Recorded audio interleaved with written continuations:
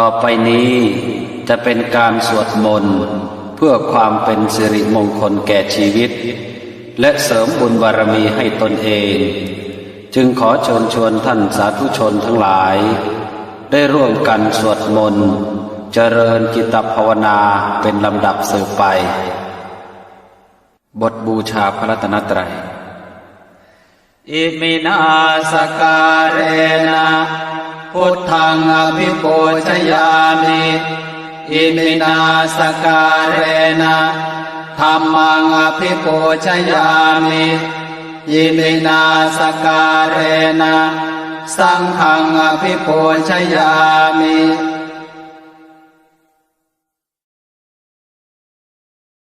บทกราบพระรัตนตรัย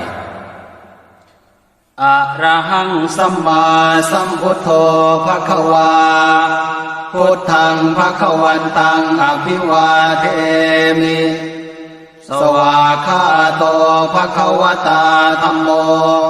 ธัมมังนามัสสามิสุปฏิปันโนภควโตสาวกสังโฆสังฆังนามามิ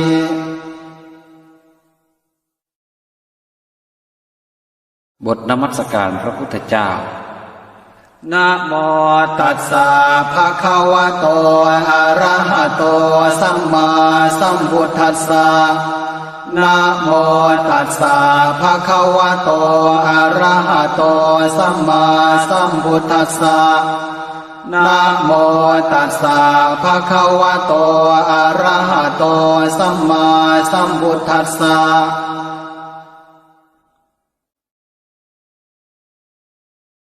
บทไตรสรณคมพุทธังสรณังคัจฉามิธัมมังสรณังคัจฉามิสังฆังสรณังคัจฉามิทุติยัมปิพุทธังสรณังคัจฉามิทุติยัมปิธัมมังสรณังคัจฉามิทุติยัมปิสังฆังสรณังคัจฉามิตาติยัมปิพุทธังสรณังคัจฉามิตาติยัมปิธัมมังสรณังคัจฉามิตาติยัมปิสังฆังสรณังคัจฉา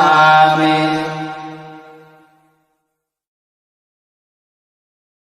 บทสรรเสริญคุณพระรัตนตรัย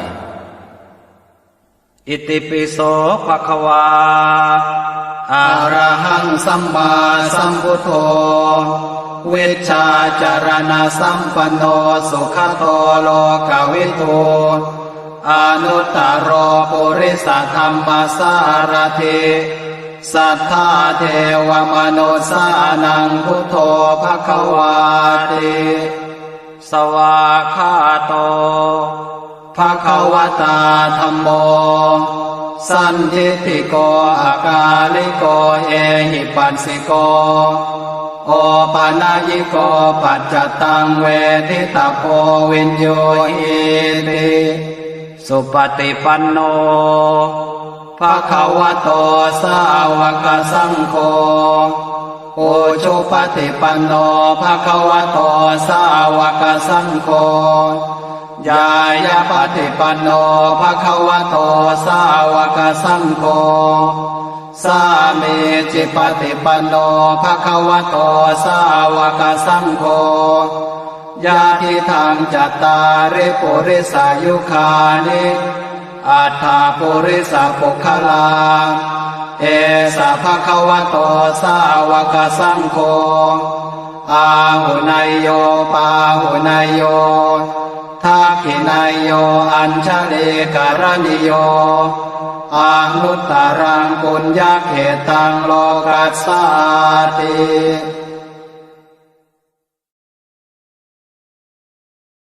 บทพุทธชัยมงคลคาถาพาหุงพาหุงสหัสสมภิเนมิตาสาวุธานตังเกเมฆลังอุทิตโครสเสนามารังทานาทิธรรมเวทินาชิตวามุนินโท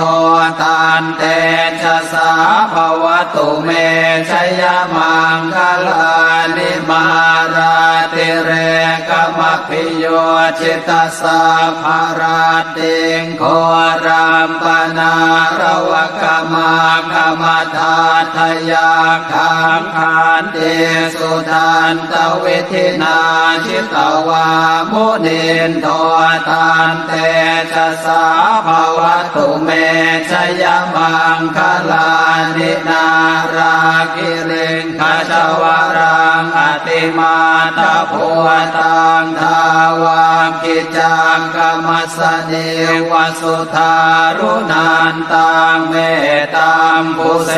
กวิทินาชิตวามุนินโทตันเตชะสาภวตุเมชยมังคลานิโอเกตคาคมติหาทสุธารุนันตังทาวันติโยชนะปะทังกุลิมาละวันตังเอเทมทิสังคตมโนจิตวามุนินโทตันเตชะสาภวตุเมชยมังคลานิการตวานการธมุทารังอิวะคาภินิยาเจนจายโทนทวจนังชนะกายมาเทสันเตนะโสมเวทินาชิตวามุนินโทตันเตชะสาภวตุเมชยมังคลานิสัจจังวิหายมติสัจจกวาทะเก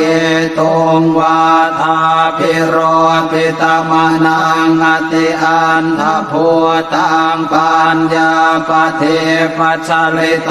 ชิตวามุนินโทตันเตชะสาภวตุเมชยมังคลานินันโทปนันทพุชคังวิพุทังมหิทธิงปุณเตนะเถระพุชเกนะธรรมาปยันโตเอโทปเทสวิทินาชิตวามุนินโทตันเตชะสาภวตุเมชยมังคลานิโทกาหเทติพุชเกนะสุทาทหาทังพระมังวิสุทธิจุติเมธิภกาภิธานังญาณาคเทนะวิทินาชิตวามุนินโทตันเตชะสาภวตุเม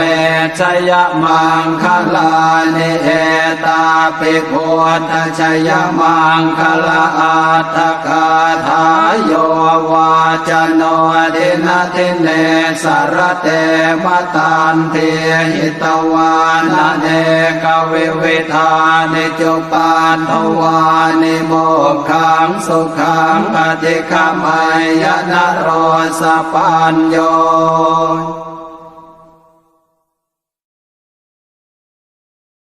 บทชัยปริตมหาการุณิโกนาโถหิตายาสัพพานินางปุเรตวาปารมีสัพพาปะโตสัมโพธิโมตตมังเอเตนะสัจวาเชนะโห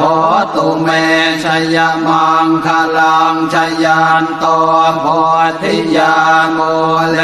สังกยานางนันทิวัตโนเอวังอาหังวิชโยโหมิชยาสุชยมังคะเลอปราชิตปันนังเกสีเสปทวิโกคะเลอภิเสเกสัพพโพธานังอาคามปะโตปะโมทติสุนังคาตังสุมังคลังสุปาภาตังสุโหติตังสุขโนสุโมโหตจะสุเย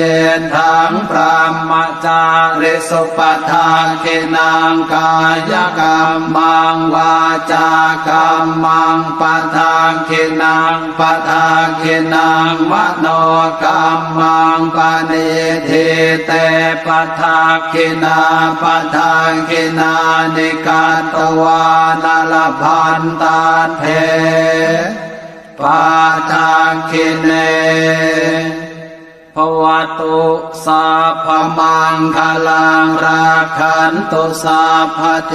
วตาสัพพพุทธานุภาเวนัสทธาโสทิภวันตุเมภวตุสัพพมังคลังราคันตุสัพพเทวตาสัพพธรรมานุภาเวนัสทธาโสทิภวันตุเมภวตุสัพพมังคลังราคันตุสัพพเทวตาสัพพสังฆานุภาเวนัสทธาโสทิภวันตุเม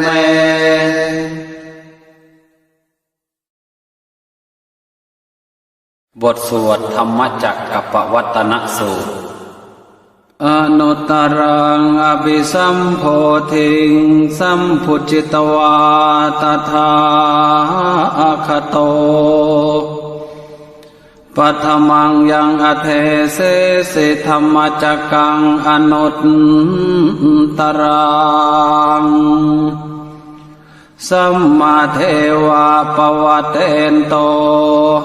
โลเกอปฏิวัติยังยะถาคาตาอุโภอันตาปฏิปฏิจมาชิมาจตุสวาลยสัจเจสุวิสุทธังญาณทัสสนังเทสิตังธรรมราเชนะสัมมาสัมโพธิกิต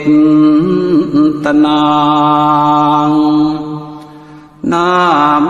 นะวิสุตังสุตังธรรมจักกัปปวัตตนังเวยากรณปาเทนะสังคีตันตัมพนามะเสเอวัมเมสุตังเอกังสมัยยังภควาภาราณสียังวิหารติอิสิปตะเนมิคทายเยตาตระโคภควาปัญจวัคคีย์เยภิกขุอามันเตสิทเวเมภิกขเวอันตาปะปะจิตเตนะนะเสวิตาพายโยจายังกาเมสุกามสุขันธิกานุโยโคหิโนคัมโมโพธุชนิโกอนาริโยอนัตตสันติโตโยจายังอัตถกิลมัฏฐานุโยโคทุงโคอนาริโยอนัตตสันติโตเอเตเตภิกขเวอุโภอันเตอนุปคัมมะมัชฌิมาปฏิปทาตถาคเตนะอภิสัมพุทธาจักขุกรณีญาณกรณีอุปสัมมายะอภิญญายะสัมโพธายะเนปานายะสังวาตติกตมาจะสาภิกขเวมัชฌิมาปฏิปทาตถาคเตนะอภิสัมพุทธาจักขุกรณีญาณกรณีอุปสัมมายะอภิญญายะสัมโพธายะเนปานายะสังวาตติอะยะเมวะอริโยอาทังคิโกมาโคสัยยะเทธังสั สัมมาทิฏฐิสัมมาสังกัปปะสัมมาวาจาสัมมากัมมันโตสัมมาอาชีวะสัมมาวายาโมสัมมาสติสัมมาสมาธิอายังโฆสาเพียขเวมัชฌิมาปฏิปทาตถาคเตนะอภิสัมพุทธาจักขุกรณียานการณีอุปสมัยอภิญญายสัมโพธายเนพานายสังวัตติอิทังโคปนะเพขเวทุกขังอริยสัจจังชาติปิทุกขาชาราติทุกขามรณะปิทุกขังโสกปริเทวทุกขโทมนัสสุปายาสาปิทุกขาอภิเยหิสัมปโยโคทุกขปิเยหิเวปโยโคทุกขยามปิจังนรปฏิตามปิทุกขังสังคิเตนะปัญจุปาทานาขันธาทุกขาอิทังโคปนะเพขเว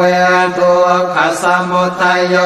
อริยสัจจังญายังตัณหาปุโนภวิกานันทิราคะสหกตาตัตราพินันทิเนสยเทธังกามตัณหาภวตัณหาวิภวตัณหาอิทังโคปนะเพขเวทุกขนิโรธอริยสัจจังโยตัสสะเยวตัณหายาเสสวิราคนิโรธจักโคปฏิเนสสะโคบุติอนาลโยหิทังโคปนะเพขเวทุกขนิโรธคามิเนปฏิปทาอริยสัจจังอายเมวะอริโยอัตถังคิโกมาโคสยเทธังสัมมาทิฏฐิสัมมาสังกัปปะสัมมาวาจาสัมมากัมมันโตสัมมาอาชีวะสัมมาวายาโมสัมมาสติสัมมาสมาธิอิทังทุกขังอริยสัจจันติเมเภขเวโภเพอนันโตสุเตสุธรรมเม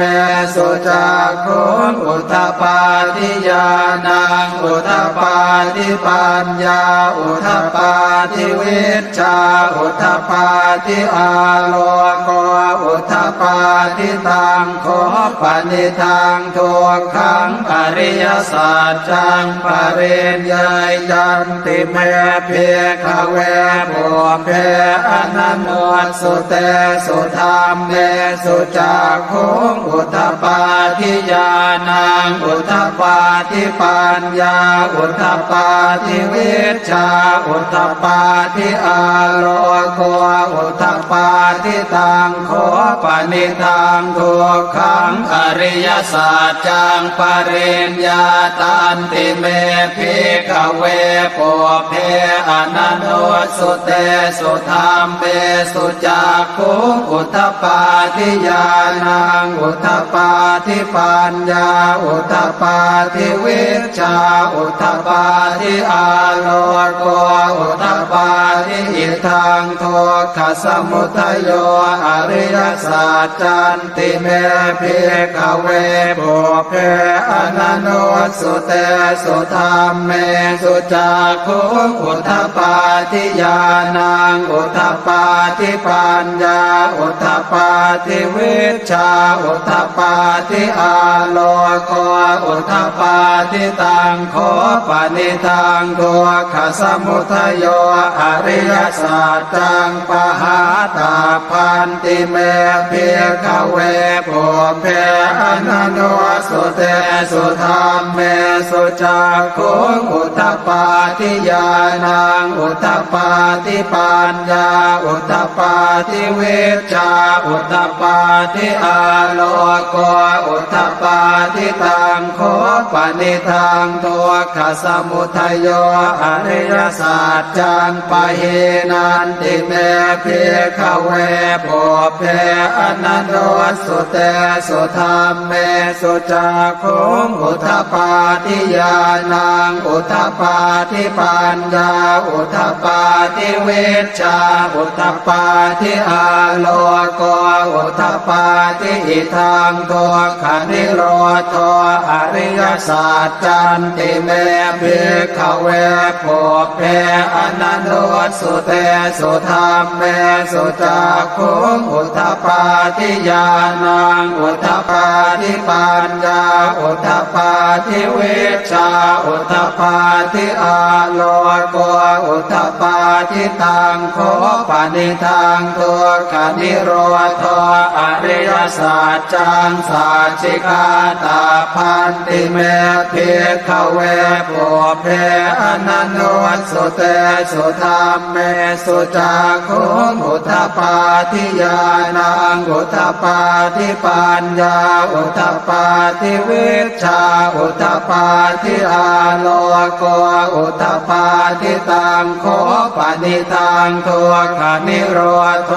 อริยสัจจังสัจจิกตันติเมภิกขเวปุเพอนันโนสุเตสุธรรมเมสุจักขุอุทธปาทิญาณังอุทธปาทิปัญญาอุทธปาทิวิชชาอุทธปาทิอาโลโกอุทธปาทิอิทังตัวขันธิโรธคามิเนปฏิปทาอริยสัจจันติเมภิกขเวปุเพอนันโนสุเตสุธรรมเมสุจักขุอุทธปาทิญาณังอุทธปาทิปัญญาอุทธปาทิวิชชาอุทธปาทิอาโลโกอุทธปาทิตังโคปนิทังตัวขันธิโรธคามิเนปฏิปทาอริยสัจจังภาเวตาพันติเมภิกขเวปุเพอนันโนสุเตสุธรรมเมสุจักขุอุทธปาทิญาณังอุทธปาทิปัญญาอุทธปาทิวิชชาอุทธปาทิอาโลโกอุทธปาทิตังโคปนิทังตัวขันธิโรธคามิเนปฏิปทาอริยสัจจังภาวิตันติเมภิกขเวปุเพอนันโนสุเตสุธรรมเม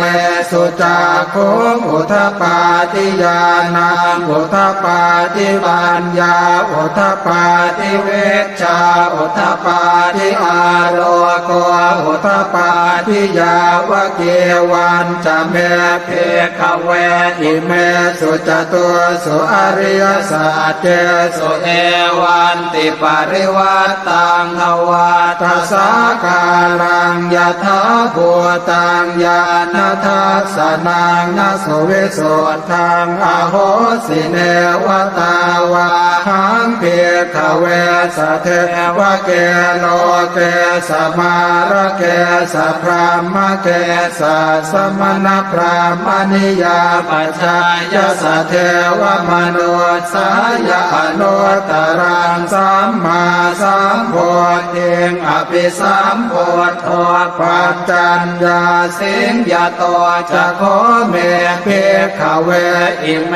สุจโตสุอริยสัจเจสุเอวันติปริวัตตังทวาทัสสะกาลังยะถาภูตังญาณทัสสะนังสุวิสุทธังอโหส สิอัฏฐาหังภิกขเวสเทวะเก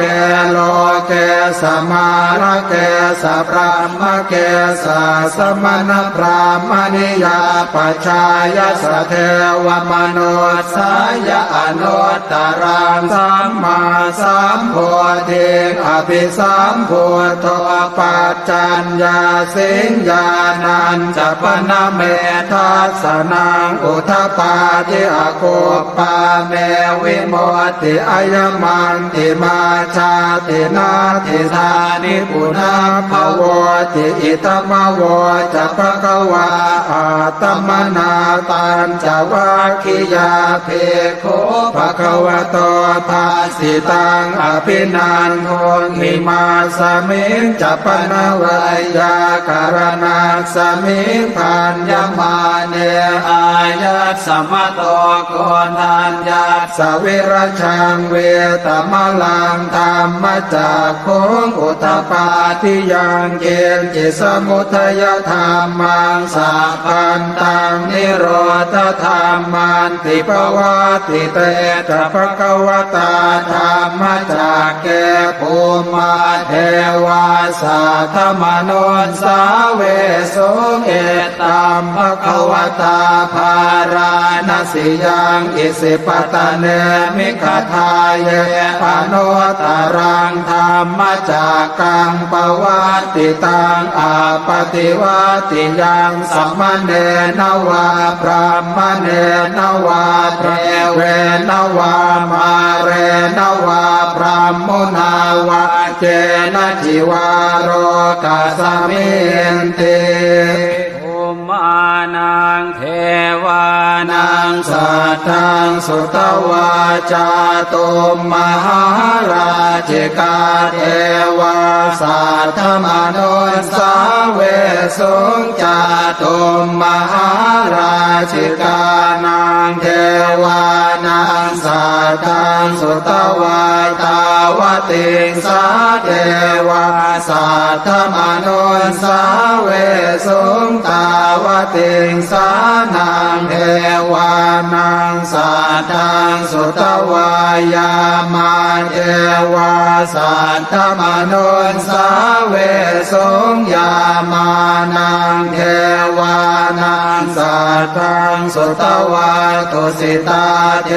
วาสัทธมนุสสาเวสุงตุสิตานังเทวานังสัทธังสุตวาเนมานรเทเทวาสัทธมนุสสาเวสุงเนมานรเทนังเท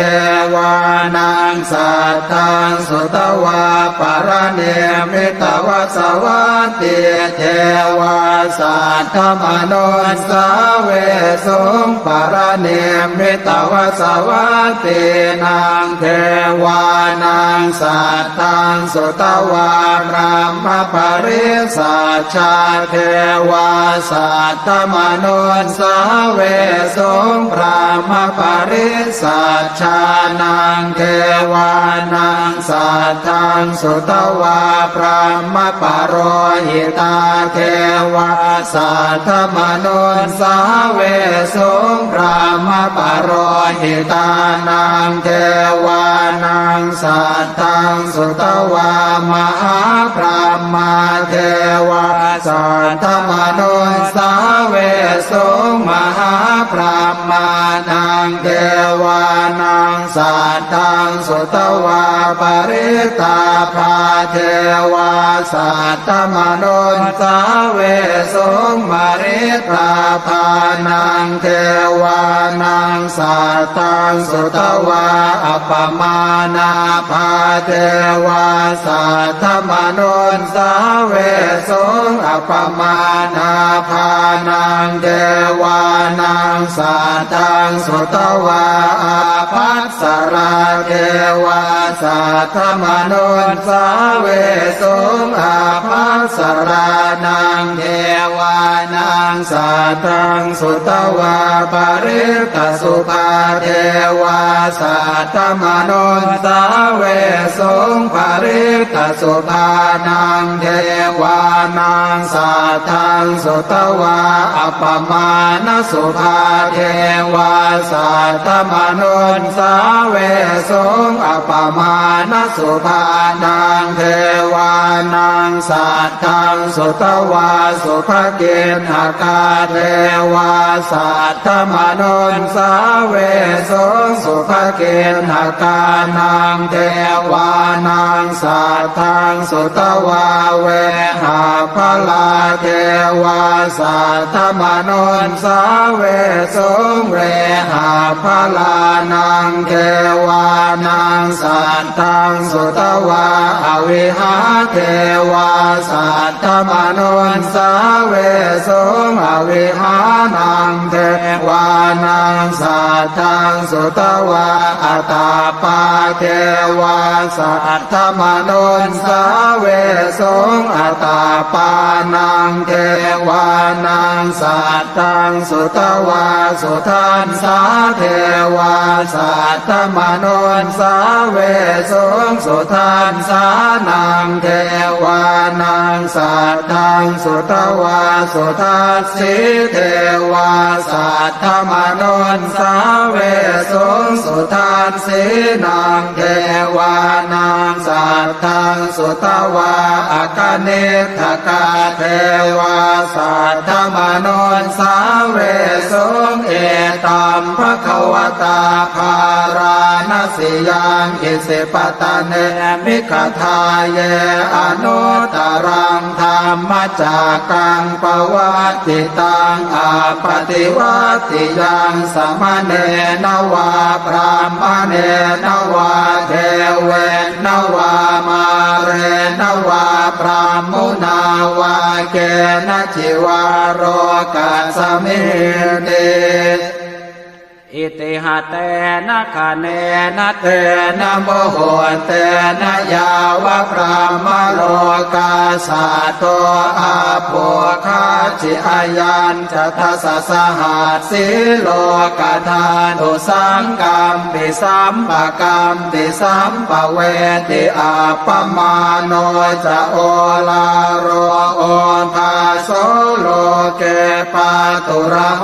สิอติกัมเมวะเทวานังเทวานุภาวังอัตถโคปะคะวาอุทานังอุทานเนสิอัญญาสิวัตโคโกนทานโยอัญญาสิวัตโคโกนทานโยติอิติหิทังอายัสสมโตโกนทานยัสสะอัญญาโกนทานโยตะเววนามังอาโหสิติ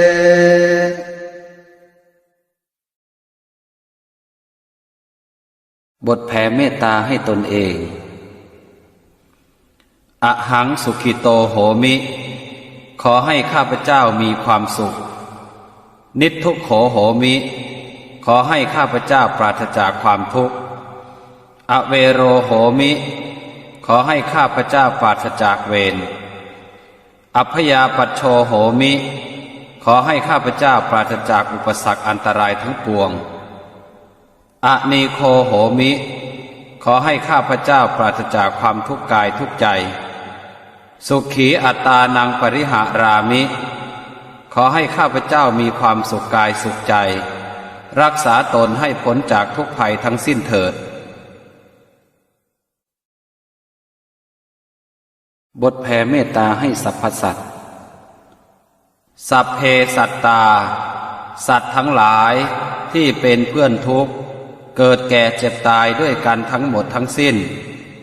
อเวราโหนตุจงเป็นสุขเป็นสุขเถิดอย่าได้มีเวรต่อกันและกันเลยอัพยาปัชชาโหนตุจงเป็นสุขเป็นสุขเถิดอย่าได้เบียดเบียนซึ่งกันและกันเลย อเนคาโหนตุจงเป็นสุขเป็นสุขเถิด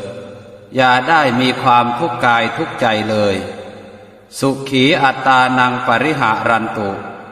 จงมีความสุขกายสุขใจรักษาตนให้พ้นจากทุกภัยทั้งสิ้นเถิดบทแผ่ส่วนกุศลอิทังเมมาตาปิตูนังโหตุสุขิตาโหนตุมาตาปิตโรขอส่วนบุญนี้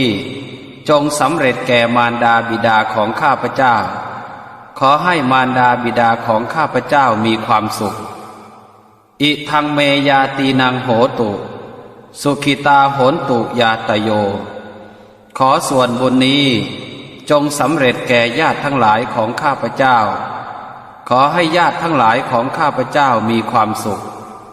อิทังเมฆรุปัชชายาจริยานังโหตุสุขิตาโหนตุครุปัชชายาจริยาขอส่วนบุญนี้จงสำเร็จแก่ครูอุปชาอาจารย์ของข้าพเจ้าขอให้ครูอุปชาอาจารย์ของข้าพเจ้ามีความสุขอิทังสัพพเทวตานังโหตุสุขิตาโหนตุสัพเพเทวาขอส่วนบุญนี้จงสำเร็จแก่เทวดาทั้งหลายทั้งปวงขอให้เทวดาทั้งหลายทั้งปวงมีความสุขอิทังสัพพเปตานังโหตุสุขิตาโหนตุสัพเพเปตาขอส่วนบุญนี้จงสำเร็จแก่เปรตทั้งหลายทั้งปวงขอให้เปรตทั้งหลายทั้งปวงมีความสุขอิทังสัพพเวรีนังโหตุสุขิตาโหนตุสัพเพเวรีขอส่วนบุญนี้จงสำเร็จแก่เจ้ากรรมนายเวรทั้งหลายทั้งปวงขอให้เจ้ากรรมนายเวรทั้งหลายทั้งปวงมีความสุขอิทังสัพพสัตตานังโหตุสุขิตาโหนตุสัพเพสัตตาขอส่วนบุญนี้จงสำเร็จแก่สัตว์ทั้งหลายทั้งปวงขอให้สัตว์ทั้งหลายทั้งปวงมีความสุขทั่วหน้ากันเทินบทกรวดน้ำให้เจ้ากรรมนายเวรข้าพเจ้าขออุทิศบุญกุศลจากการเจริญภาวนานี้ให้แก่เจ้ากรรมนายเวรทั้งหลายของข้าพเจ้าที่ข้าพเจ้าได้ล่วงเกินท่านไว้ตั้งแต่อดีตชาติจนถึงปัจจุบันชาติท่านจะอยู่ภพใดหรือภูมิใดก็ตามขอให้ท่านได้รับผลบุญนี้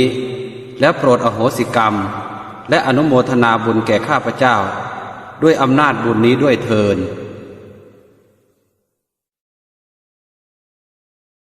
คำอธิษฐานอโหสิกรรมข้าพเจ้าขออโหสิกรรมกรรมใดที่ทำแก่ผู้ใดในชาติใดๆก็ตามขอให้เจ้ากรรมนายเวรจงอโหสิกรรมให้แก่ข้าพเจ้าอย่าได้จองเวรจองกรรมต่อไปเลยแม้แต่กรรมที่ใครๆทำแก่ข้าพเจ้าก็ตามข้าพเจ้าขออโหสิกรรมให้ทั้งสิ้นยกถวายพระพุทธเจ้าเป็นอภัยทานเพื่อจะได้ไม่มีเวรกรรมต่อไปด้วยอานิสงส์แห่งอภัยทานนี้ขอให้ข้าพเจ้าครอบครัวบุตรหลานตลอดจนวงศาคณาญาติและผู้มีอุปการะคุณของข้าพเจ้ามีความสุขความเจริญปฏิบัติแต่สิ่งที่ดีและสิ่งที่ชอบด้วยเทิน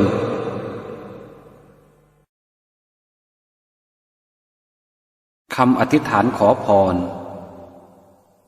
ข้าพเจ้าขออาราธนาพระบารมี30 ทัศขององค์สมเด็จพระสัมมาสัมพุทธเจ้าที่เสด็จนิพพานไปแล้วมากยิ่งกว่าเม็ดกรวดเม็ดทรายในท้องมหาสมุทรทั้งสี่ด้วยเดชะพระพุทธานุภาพพระธรรมานุภาพพระสังฆานุภาพพระบารมีพระโพธิสัตว์พระปัจเจกโพธิสัตว์เจ้าพระอรหันต์ทั้งหลายและพระบารมีขององค์พระสมณโคดมบรมครู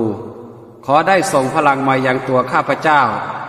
จงโดลบันดาลให้ข้าพเจ้าหายจากโรคภัยไข้เจ็บและสรรพเคราะห์ทั้งหลายในกายของข้าพเจ้าจงหายไปสิ้นทั้งหมดขอให้ข้าพเจ้าประสบความสุขความเจริญความสำเร็จตามที่ข้าพเจ้าปรารถนาทุกประการด้วยเทิน คาถาพระพุทธเจ้าชนะมาร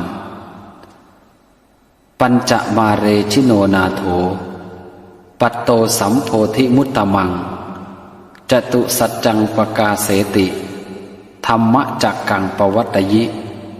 เอเตนะสัจวัชเชนะโหตุเมชยมังคลังคาถาบูชาพระพุทธชินราช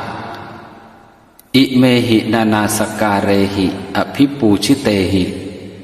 ทีคายุโกโหมิอโรโคสุขิโตสิทธิกิจจังสิทธิกัมมังปิยังมะมะปะสิทธิลาโภชโยโหตุสัพพทาพุทธชินราชาอภิปาเลตุมังนะโมพุทธายะ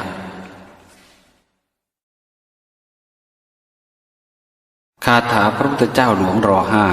.5 พระสยามินโทวโรอิติพุทธสังมิอิติอรหังสหัสกายังวรังพุทโธนะโมพุทธายะคาถาพระเจ้าตากสินมหาราชปูตากตะกุอิตันตากสินราชโยตังอิคาถาค้าขายดีพุทธังพหุชนานังเอหิจิตตังเอหิมนุสสานังเอหิลาพังเอหิเมตตาชมพูทีเปมนุสสานังอิทธิโยปุริโสจิตตังพันธังเอหิคาถามหาลาภนะมามีมามหาลาภาอิติพุทธัสสะสุวรรณังวารัชตังวามะนีวาทะนังวาพีชังวา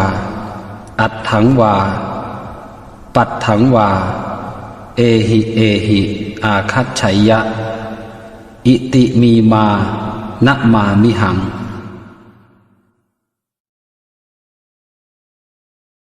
คาถาเสริมทรัพย์พุทธมะอะอุนะโมพุทธายะวิรัทโยวิรโคนายังวิระหิงสาวิระทาสีวิระทาสาวิระอิทธิโยพุทธัสสะมานีมามะพุทธัสสะสวาโหม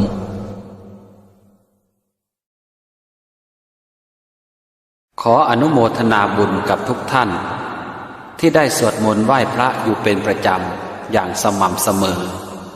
ขออานิสงส์แห่งการสวดมนต์และเจริญภาวนาในครั้งนี้ได้อำนวยผลให้ท่านและครอบครัวตลอดทั้งธุรกิจการงานประสบแต่ความสุขและความเจริญรุ่งเรืองปรารถนาสิ่งหนึ่งประการใดขอให้สมความมุ่งมา่ปรารถนาทั่วกันทุกท่านทุกคนเทอญ